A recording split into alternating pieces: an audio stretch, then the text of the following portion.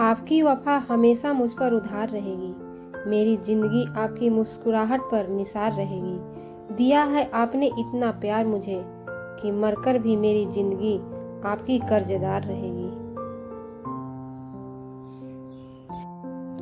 एक लड़की की शादी उसकी बिना मर्जी के एक सीधे साधे लड़के से हो जाती है, जिस लड़के के घर में उसकी माँ के अलावा और कोई नहीं था। दहेज में लड़के को बहुत सारा सामान और पैसे भी मिले थे, लेकिन लड़की किसी और लड़के से बेहद प्यार करती थी। अब लड़की की शादी बिना मर्जी के तो हो ही गई थी और अब वह अपने ससुराल आ गई थी। तभी सुहाग रात के वक्त लड़का दूध लेकर कमरे में आता है और उस लड़की यानी अपनी पत्नी के पास बैठ जाता है। तभी उसकी पत्नी गुस्से से अपने पति से कहती है, क्या तुम मुझे अकेला छोड़ सकते हो? उसकी ये बात सुनकर उसका पति बहुत दुखी होता है, लेकिन फिर भी वह खुशी खुशी ये कहता है, नहीं तुम आराम करो, मैं तो सिर्फ तुम्हारे लिए दूध लेकर आया था। यह कहकर वह कमरे से बाहर चला जाता है। लड़की मन मारकर ही रह जाती है, क्योंकि लड़की चाहती थी कि उसने झगड़ा क्यों नहीं किया, ताकि वो उस गंवार से तलाक ले सके। और उधर लड़के की माँ बिना शिकायत करे दिन भर घर का सारा काम करती थी एवं सबके लिए खाना भी खुद ही बनाती थी। फिर भी उसकी माँ के चेहरे पर हर वक्त मुस्कुराहट ही रहती थी। लड़का एक कंपनी में छोटी सी नौकरी करता था।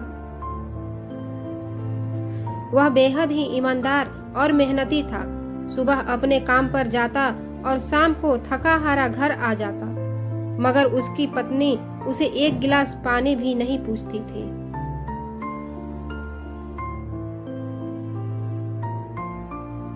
अब लड़के और लड़की की शादी को करीब 1 महीना हो गया था, मगर अब तक वह दोनों एक साथ कभी नहीं सोए थे। वैसे लड़का बहुत ही शांत स्वभाव का था, इसलिए वह अपनी पत्नी को कुछ भी नहीं कहता था। फिर भी वह अपनी पत्नी को खुद ही खाना डालकर देता था, मगर उसकी पत्नी उसके साथ बैठकर खाना कभी भी नहीं खाती थी। वह अपना खाना अपने कमरे में अलग बैठकर खाती थी।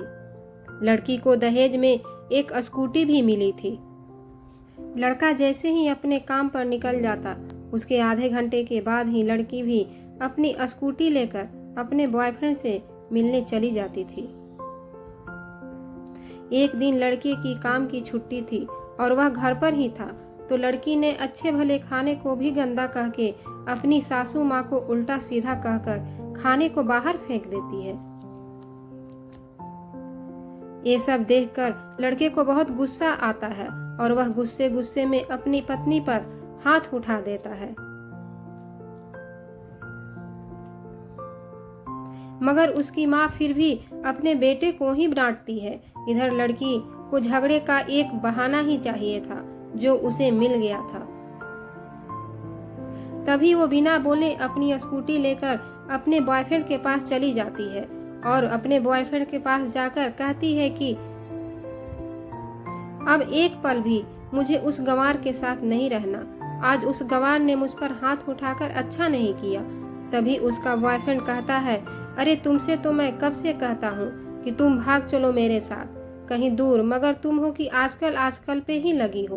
तब लड़की कहती है कि शादी के दिन मैं तुम्हारे पास आई थी तो तुम ही ने तो वापस घर लौटा दिया था। बॉयफ्रेंड ने कहा, खाली हाथ हम दोनों कहाँ तक भागेंगे, तुम ही बोलो। मैंने तुमसे कहा था कि कुछ पैसे और गहने साथ ले लो और तुम हो कि खाली हाथ ही मेरे पास आ गई थी। आखिर दूर एक नई जगह में जिंदगी की शुरुआत करने के लिए पैसे तो चाहिए ना। और हाँ, एक बात और, जब भी मैं तुम्हारे पास आता हूँ और तुम्हें छूना चाहता हूँ, तभी तुम्हारे नखरे हो जाते हैं और बस यही कहती रहती हो कि ये प्यार प्रेम शादी के बाद ही होगा। तभी लड़की गुस्सा होकर कहती है, हाँ शादी के बाद ही अच्छा होता है ये सब, और मैं तुम्हारी ही तो हूँ।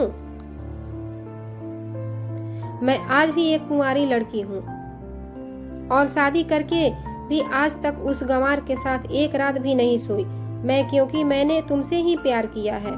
और अब मैं चाहती हूँ कि तुम मुझसे शादी करके मेरी मांग में अपने हाथ से सिंदूर भर दो। फिर मैं पूरी ही तुम्हारी हो जाऊंगी और फिर तुम मुझे अपनी मर्जी से दिन रात प्यार कर सकते हो। तब उसका बॉयफ्रेंड कहता है, तो ठीक है, मैं तुमसे शादी कर लूंगा, मगर तुम कम से कम 5 लाख रुपए का कल तक इंतजाम कर लेना। मैं तुम्हें एक होटल का पता दे रहा हूँ, तुम उस होटल में रात को 10 बजे तक पहुंच जाना। लड़की कहती है, उस गंवार के पास कहाँ होगा पैसा, बल्कि मेरे पापा ने उसे दहेज में 3 लाख रुपए और मुझे कुछ सोने के गहने दिए थे।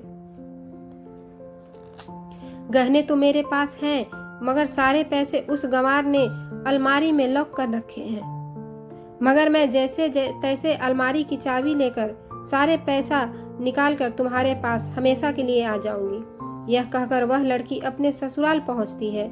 लड़की ससुराल पहुंचकर अपने पति और सास से लड़ाई करती है और वो उन पर खूब चिल्लाती है, मगर अफसोस वो अकेली ही चिल्लाती रहती है। उसका पति और उसकी सास शांत बैठे हैं। तभी लड़की अपने कमरे में चली जाती है और अचानक उसके बॉयफ्रेंड का लड़की के फोन पर मैसेज आता है कि कब आ रही हो पैसे लेकर। लड़की मैसेज का जवाब देती है, सब्र करो, मैं वक्त पर आ जाऊंगी। तब उसका पति दरवाजा खटखटाता है और अपनी पत्नी से कहता है कि खाना खा लो।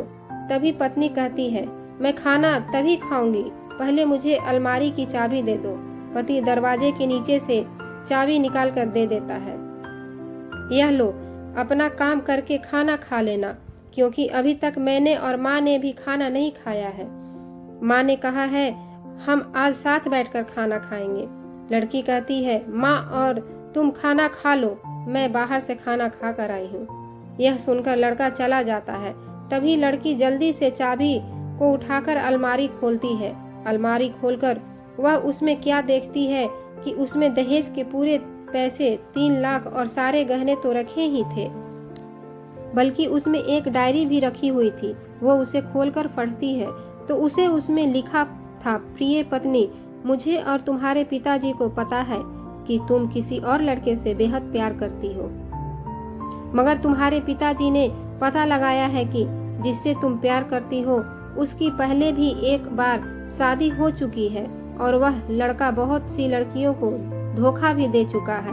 पर आपके पिताजी आपको उस लड़के के बारे में कुछ भी न बता सके, क्योंकि उन्हें पता था कि जो इसका नशा है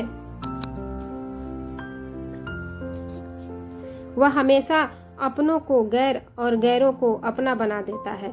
इसलिए तुम्हारे पिताजी ने मेरे आगे हाथ जोड़कर ये कहा कि मेरी बेटी का हमेशा ख्याल रखना। एक बाप के मुंह से एक बेटी की कहानी सुनकर मेरी भी आंखों में आंसू आ गए और मुझे यकीन हो गया था कि एक अच्छा पति होने का सम्मान मुझे मिले या ना मिले, मगर एक दामाद होने की इज्जत मैं हमेशा पा सकता हूँ।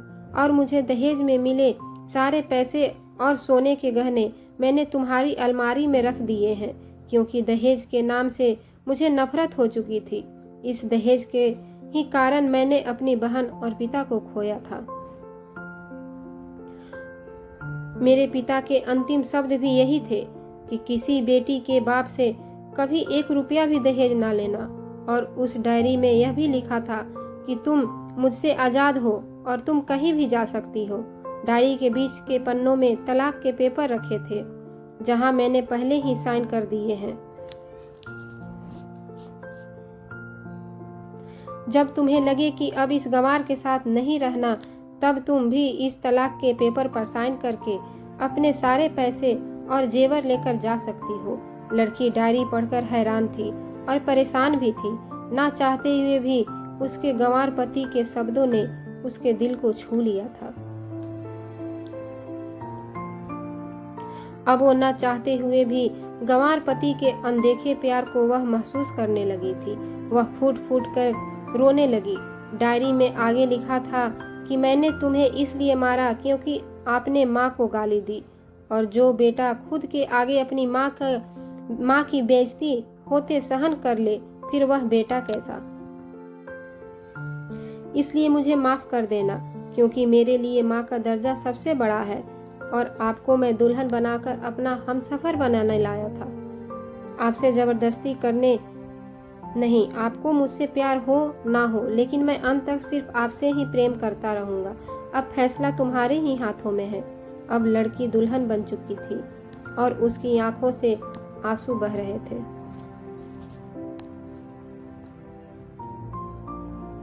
अचानक लड़की के बॉयफ्रेंड का फोन आता है। तभी गुस्से में लड़की अपने फोन को स्विच ऑफ करके फोन का सिम कार्ड तोड़ देती है। अब उसे सब समझ आ गया था कि जिससे वह बेहद प्यार करती थी, उसे तो सिर्फ पैसों से ही प्यार था।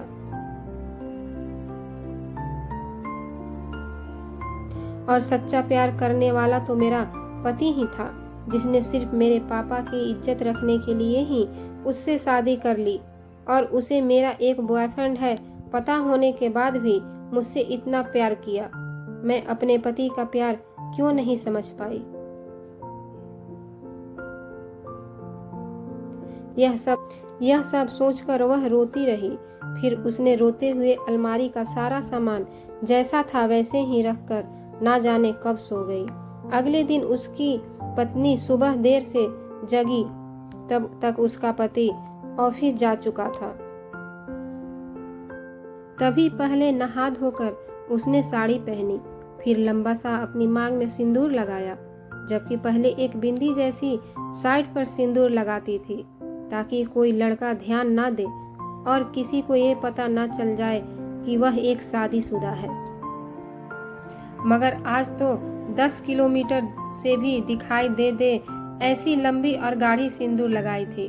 फिर उसने अपना मंगलसूत्र पहना और किचन में जाकर सासू माँ को जबरदस्ती कमरे में आराम करने के लिए भेज देती है और खुद अकेली सब खाना बनाती है। पहले सासू माँ को खाना खिलाती है और फिर अपने पति को फोन करके उसके ऑफिस का पता पूछती है। उसका पति उसको ऑफिस का पता देते हुए सोचता है कि कहीं उसकी पत्नी ने तलाक देने का फैसला तो नहीं कर लिया। मगर उसे कहाँ पता था कि वो अब सुधर गई है और उसे ही अपना पति मान चुकी है। इतने में ही उसकी पत्नी स्कूटी लेकर उसके ऑफिस खाना लेकर पहुंच जाती है। पत्नी को देखकर पति हैरान हो जाता है। तभी वह अपनी पत्नी से पूछता है, सब ठीक है ना? माँ ने तुमसे कुछ कह तो नहीं दिया? उसका पति सवाल पर सवाल पूछे जा रहा था। तभी अचानक पत्नी सबके सामने अपने पति के सीने से लिपट जाती है और उससे कहती है कि सब ठीक है, मगर मुझे तुमसे कुछ कहना है। पति कहता है, हाँ कहो। तब पत्नी सबके सामने कहती है, आई लव यू मेरे पति, I love you for ever. यह सुनकर ऑफिस के सभी लोग हैरान होकर खड़े हो जाते हैं और जोर जोर से तालियां बजाने लगते हैं। तब पत्नी सबके सामने अपने पति का हाथ पकड़ के कहती है कि अब 1 महीने तक मेरे पति देव ऑफिस नहीं आएंगे। ऑफिस के सभी लोग पूछते हैं क्यों? तब लड़के की पत्नी कहती है, क्योंकि हम दोनों लंबी छुट्टी पर जा रहे हैं। पति पत्नी से कहता है, तुम्हें क्या हो गया है? तभी पत्नी पति से कहती है, मुझे तुमसे सच्चा प्यार हो गया है। ये कहकर वह उसके सीने से दोबारा इस तरह लिपट जाती है जहां से वो अपने गंवार पति से भी कभी जुदा न हो पाए। उसका पति भी बहुत खुश हो जाता है और फिर वो दोनों अपने घर चले जाते हैं और खुशी खुशी अपना जीवन बिताते हैं और हमेशा खुश रहते हैं। तो फ्रेंड्स, कैसी लगी आज की कहानी? अच्छी लगे तो प्लीज़ कमेंट करिएगा, लाइक करिएगा और नए हैं चैनल पे तो सब्सक्राइब करिएगा। ओके फ्रेंड्स, वीडियो पूरा देखने के लिए आप सबको धन्यवाद।